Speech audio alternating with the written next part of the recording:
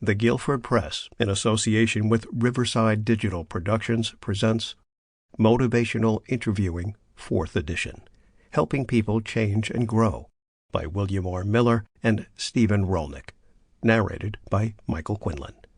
Additional voices: Booth Daniels, Nicholas Dromard, Alan Friedman, David Josephsberg, Max Minichiello, Peter Ostella, Allison Posner, Kay Cheney, Henry Spielberg, Jacqueline Woolworth, Diana Woods.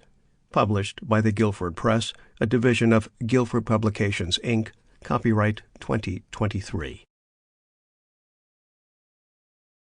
Publisher's Note: Thank you for purchasing this Guilford Press audiobook.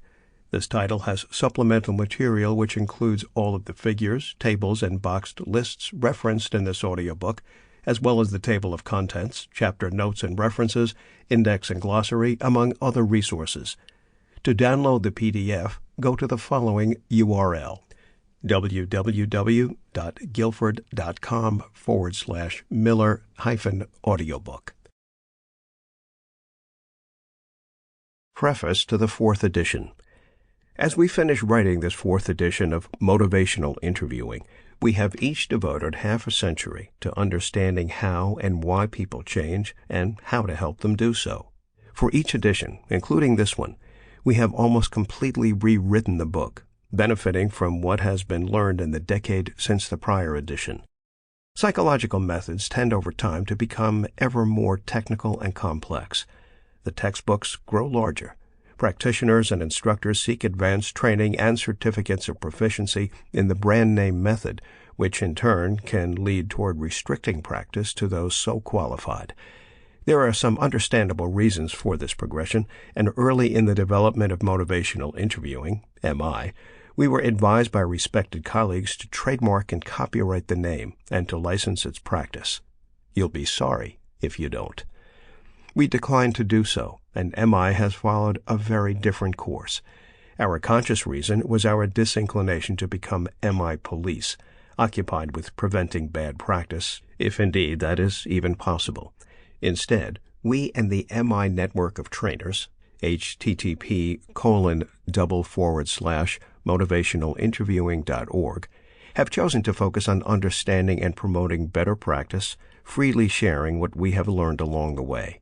MI is like open-source software, available for those who want to learn and practice it, which may be one reason for the surprisingly rapid and wide dissemination of MI. Still, many ideas that are freely available do not spread so readily. There seems to be something more to why MI has been adopted across so many different settings, professions, cultures, and languages, and why it has been applied to such a wide range of change challenges. It is as though helpers seem to recognize MI when they meet it, like something they had already known. It is not a totally new or strange approach.